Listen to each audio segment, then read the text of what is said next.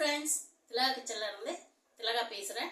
நம்ம மீஷோவில் sari back purchase பண்ணியிருந்தோம் இல்லைங்களா, அதை வந்து இன்னும் கொஞ்சம் வரணும். அந்த பேக் வந்த உடனே நான் கபோர்டு உள்ள அடுக்கி வீடியோவாக காமிக்கிறேன்னு சொன்னேன்.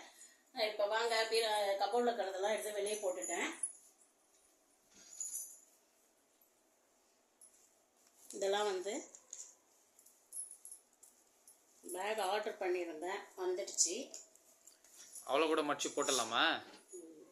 தாராளமாக மடிச்சு போட்டுடலாம். அவள் என்ன மடிக்க முடியாத என்ன மாதிரியா இருக்கிறா? முருங்கா மாதிரி தானங்க இருக்கா, ஈஸியாக மடிச்சு போட்டுடலாம்.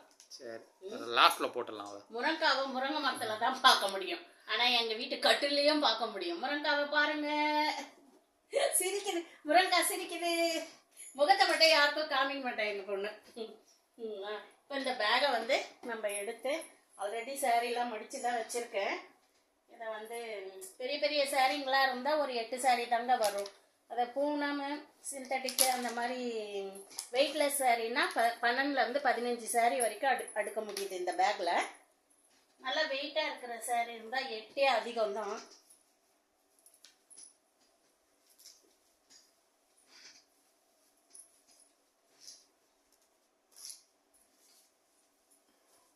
நம்ம வந்து இந்த மாதிரி இதுக்கே இடம் பத்தல, 4 சாரி தான் வச்சேன். இன்னும் ஒரு 2-3 சாரீ தான் வைக்க முடியும். கரெக்டாக 7லேருந்து 8 சாரீ தான் வைக்க முடியும். இந்த மாதிரி வந்து எல்லாத்தையும் அடுக்கி வைக்கலாம். நான் இதை ஃபுல்லாக அடுக்கி காமிக்கிறதுக்குள்ளே வீடியோ வந்து ரொம்ப லென்த்தாக போகும். அதனால் நான் வந்து எல்லா பேக்கையும் அடுக்கி முடிச்சுட்டு உங்களுக்கு கபோர்டில் எப்படி வைக்கலான்றதை பார்க்கலாம். வாங்க, நான் அடுக்கி முடிச்சிட்டோன்னு பார்க்கலாம். கபோர்டில் வச்சுருக்கேன், பார்க்கலாம் வாங்க எப்படின்னு. எனக்கு தெரிஞ்ச மாதிரி வச்சுருக்கேன், யாரும் கேலியோ கிண்டலோ பண்ணாதீங்க. எனக்கு தெரிஞ்ச அளவு இந்த கபோர்டு வந்து ரொம்ப சின்ன சைஸு தாங்க, அகலம் ரொம்ப சின்னது. அதனால் வந்து 2 தான் வைக்க முடிஞ்சது. இதே நம்ம பீரோவில் வைக்கும்போது நடுவில் வந்து கொஞ்சம் நல்லா கேப் கிடைக்கும். அந்த கேப்பில் வந்து நம்ம எக்ஸ்ட்ரா எது வேணால் வச்சுக்கலாம். எக்ஸ்ட்ரா எது வேணான்னா நம்ம பர்ஸு, இன்னர் வேறு அந்த மாதிரி ஐட்டங்கள் வந்து நடுவில் வச்சுக்கலாம். அதுக்கு சான்ஸ் கிடையாது. கரெக்டாக இடம் இப்படி தான் இருக்குது.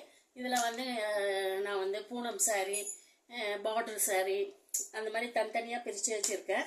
சுடிதாரு, சாரீ, பாப்பா ட்ரெஸ்ஸு, இவங்க ட்ரெஸ்ஸு, இந்த மாதிரியெல்லாம் வந்து. கடைசி ரேக் என்ன வேறு ஏதாவது திங்ஸ் வச்சுக்கிறேன்? அது எப்பவுமே கடைசியில் வந்து ஒதுக்கப்பட்ட திங்ஸை தான் வைக்கணும். அடப்பாவி மானசா, ஒதுக்கப்பட்ட திங்ஸ் ஆண்டாது ஏன் அப்படி? நான் சும்மா ஜோக்குக்கு சொன்னேன், நீ எதுக்கு பொண்ணை கோத்து விடுற, மாட்டி விடுற பத்தியா? ஒதுக்கப்பட்ட திங்ஸ் என்னத்துக்கு? ஒதுக்கப்பட்ட திங்ஸ் அப்படி சொல்ல வரல.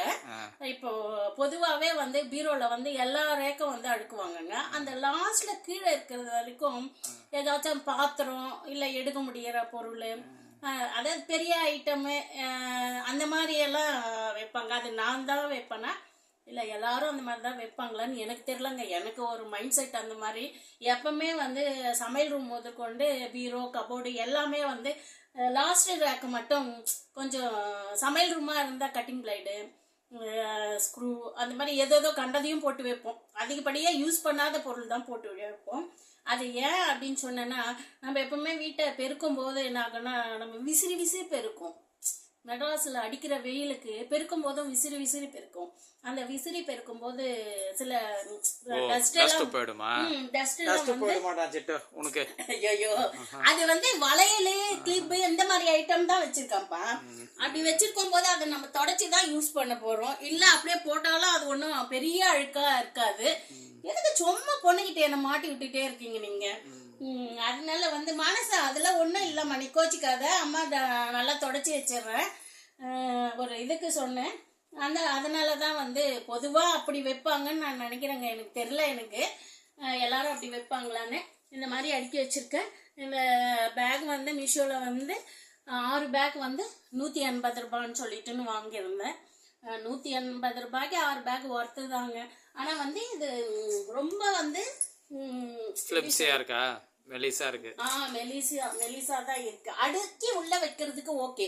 நம்ம இதை அப்படியே கூட்டிட்டு போயிட்டு ஒரு டூருக்கோ இல்லை வெளியவோ தூக்கிட்டு போறது கிடையாது இல்லைங்களா, அடுக்கி வைக்க போறோம். அதனால 180 ரூபாய்க்கு ஒர்த்து தான்.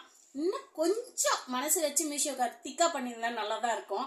ஆனா அவங்க மீஷோக்காரன் திக் பண்றது இது வேற எவனோ கம்பெனிக்காரன் மீஷோ விற்கிறான். ஆனா அவங்க என்ன சொல்லுவாங்க தெரியுமா, அதுக்கு நீங்க இன்னும் கொஞ்சம் ரேட் அதிகமா கொடுத்தீங்கன்னா 6 பீஸ் வாங்குறதுக்கு 3 பீஸ் வாங்குங்க, அதுல குவாலிட்டி கொஞ்சம் நல்லா இருக்குது. நம்ம இது 6 பீஸ் கிடைக்குதுன்றதுக்காக 180 ரூபாய்க்கு போட்டோம்.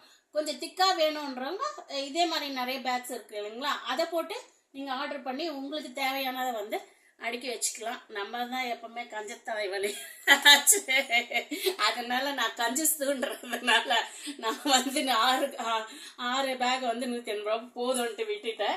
இந்த அடுக்கி வச்சிருக்கிறது வந்து எப்படி இருக்குன்றத நீங்களும் பார்த்துட்டு உங்களுக்கு பிடிச்சிருந்தா இதை மாதிரி நீங்களும் ட்ரை பண்ணி பாருங்க.